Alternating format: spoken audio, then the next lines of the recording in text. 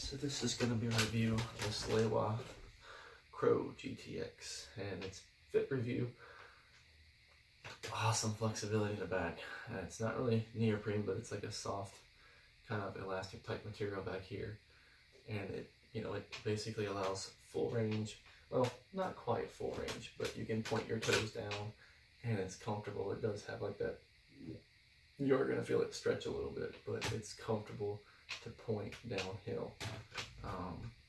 Considering that this is a proper mountaineering type shoe, flexibility is very, very limited. You get a little bit in the toe, and you can feel it. It's got a rocker system built into it, so you feel that when you walk, and it makes this shoe a really good walking shoe.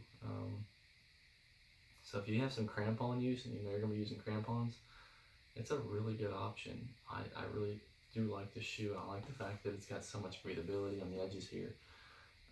I'm one that my feet tend to breathe a lot and sweat a lot, and that breathability is really important to me. This is an 11.5. My shoe, my foot is basically a 10.5. But with a lot of brands, I tend to find that I need a bigger size. So the 11.5, well, the 11 fits me pretty much spot on. Couldn't ask for a better fit. What else? The lacing system is pretty awesome. You can isolate your toes. You can tighten exactly where you want to tighten with this shoe. The hooks here, I do find this one a pain in the ass to get into. It's a locking, so it takes a little effort to make sure that the shoelace goes in there. But after that, the upper two are fine. They pop in, no problem. So other than just making sure that you actually get your lace in there, because you kind of have to like feed it in, kind of thing. So it takes a little more effort than some other shoes, or some other, like the other hooks. But all in all, really, really good shoe. Let's see, flexibility. Again, you get just a little bit of flex in the forefront. It's not going to be a front pointing shoe, obviously, but if you're kicking steps and things like that, it's a pretty awesome shoe to be. I'm a toe hiker, so when I go uphill, I tend to hike on my toes. I tend to not flat foot. Even if I'm climbing hills, I tend to stay up on my calves or up on my toes and just use this front part of my shoe. So for me, this might make climbing steep grades uncomfortable because you don't have a lot of flexibility in this shoe.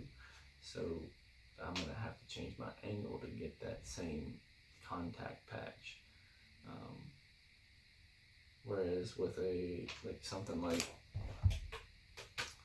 this Alp shoe, which is more finishy based, I'd be hiking like this. That would be the position of my shoe as I'm going up the hill, because I'm stepping on the steep terrain, and that would be my foot. So I have that flexibility right there. That's how I'm gonna be.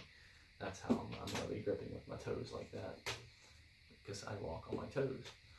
So for me, this shoe would be like I could sort of get that, but maybe it'd break in after a while. There's several miles and miles and miles of doing things. The rubber on this is not nearly as rock grippy as any of the Vibram Mega Grips. I was playing around on my ledge, and I slide right off with these. So this rubber is hard. It's meant for durability, and it just does not stick to it as well. So that's something else to consider. If you're in snow, I mean, this is made for scree, and where you need durability more so than the traction of the rubber, and I guess it's supposed to help in the colder environments. So I kind of got a love-hate with that style of sole. I think it'll be interesting to put Vibram Mega Grip on the bottom of one of these and just leave the lugs bigger. Just do the same kind of pattern with the Vibram Mega Grip and see what would happen. I'd be really curious to see.